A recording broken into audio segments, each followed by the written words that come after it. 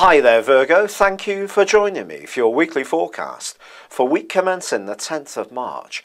Relationships are very much to the fore this week, particularly as the week ends with a full moon in your sign, which is really going to highlight any dissatisfaction you might have. And I'm not just talking about personal romantic ties, I'm talking about relating in general.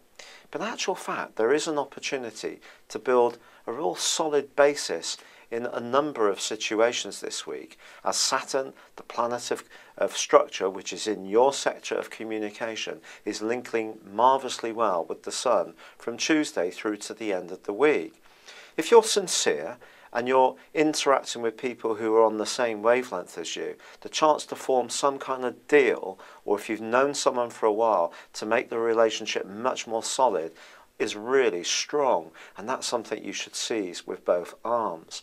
But ironically, Saturn is actually clashing with Mercury, your ruler. So how does this play out?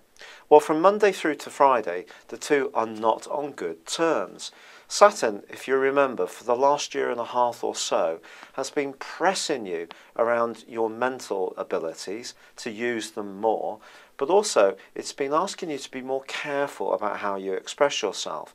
Because you are someone who does see the detail in situations, you can be a little bit cutting at times. At least that's how other people see you.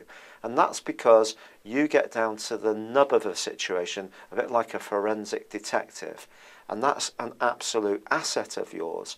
But Saturn's just been reminding you over this period of time that sometimes that can seem to others that you're very acerbic in your approach. And there could be a tendency for that this week.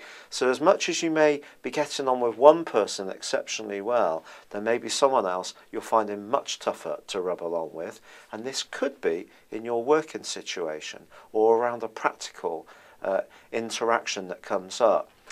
So if you do find yourself getting a bit tense, trying to rush around doing a million things at once, try to slow things down, try to do a little bit of relaxation exercises, and just let your breath come down and just remind yourself that life isn't a perfect process. Of all the zodiac signs, you feel most comfortable when everything is lined up just as you want.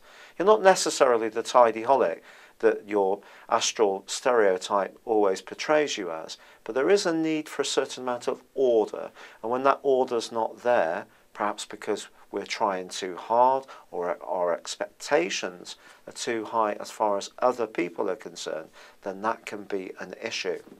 However, this could be a week when you start to do a little bit better financially, providing you can marshal your impatience. There's a combination at work which is quite karmic, and if you have worked hard in the past, it's possible that something can start to come into play now which makes you feel a little bit safer around your financial picture. But as the week draws to a close, Venus, the planet of love and attraction, actually forges a superb link with Uranus. If you get a bit of a brainwave as this week draws to a close, don't dismiss it.